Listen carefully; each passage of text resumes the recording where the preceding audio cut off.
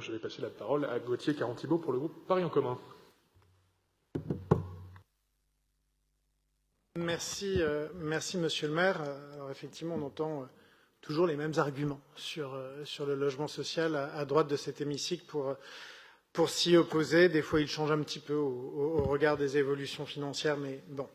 Juste sur l'immeuble du 11-13 de la rue Homer, l'immeuble dit du Tango, dont, je l'espère, nous allons nous apprêter à autoriser l'achat, on dit beaucoup de choses. On dit tout et son contraire, notamment que le Tango est sauvé et qu'il réouvrira tout bientôt, là, dans les prochaines semaines. On dit aussi que le Tango est perdu car les conditions faites par ce rachat par la ville, seraient très difficiles et empêcheraient cette réouverture. On en est où? 4 choses à bien savoir sur ce projet. Tout d'abord, nous avons des locataires dans les étages, des locataires dont les logements seront intégrés dans le parc social et eux avec, s'ils en respectent le cadre. Puis nous avons un collectif associatif, le collectif 2.0, qui se porte volontaire pour reprendre et animer le lieu. Ensuite, nous avons un bailleur social de la ville, Élogie, qui, sur notre demande, est déjà en lien avec ce collectif pour voir les aménagements spécifiques d'un tel lieu, d'un dancing. Enfin, nous avons un immeuble à réhabiliter, ce qui veut dire un chantier, un calendrier de travaux non encore défini, puisque nous ne sommes pas encore propriétaires, et un loyer mensuel à payer pour ce local. En ce moment, nous sommes en train de faire se rencontrer ces 4 données, ces 4 réalités d'un tel projet.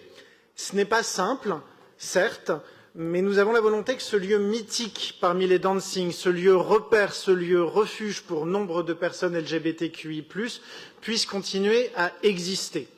Exister sans doute sous une forme différente, car le Tango n'a pas vocation à être comme avant. Il était ouvert 3 jours par semaine, les autres jours devront être l'occasion d'autres activités solidaires, car après la crise ou pendant la crise, même que nous sommes encore en train de traverser, les solidarités doivent être renforcées, notamment par l'ouverture de lieux nouveaux pour les associations qui font vivre ces solidarités.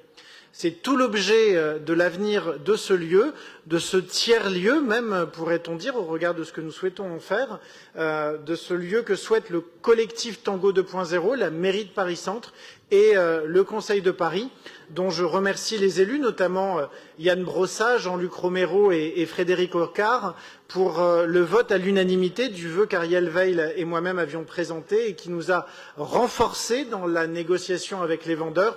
Et j'ajouterai le traitement des potentiels acheteurs. Mais j'ai cru comprendre qu'entre sauver le Tango ou s'opposer ou s'abstenir sur du logement social, le cœur de certains basculait toujours du même côté, à droite. Nous aurions pu de nouveau avoir l'unanimité sur ce projet. Vous prenez la responsabilité de la briser. J'en suis déçu. Je vous remercie. Merci Gauthier Caron-Thibault.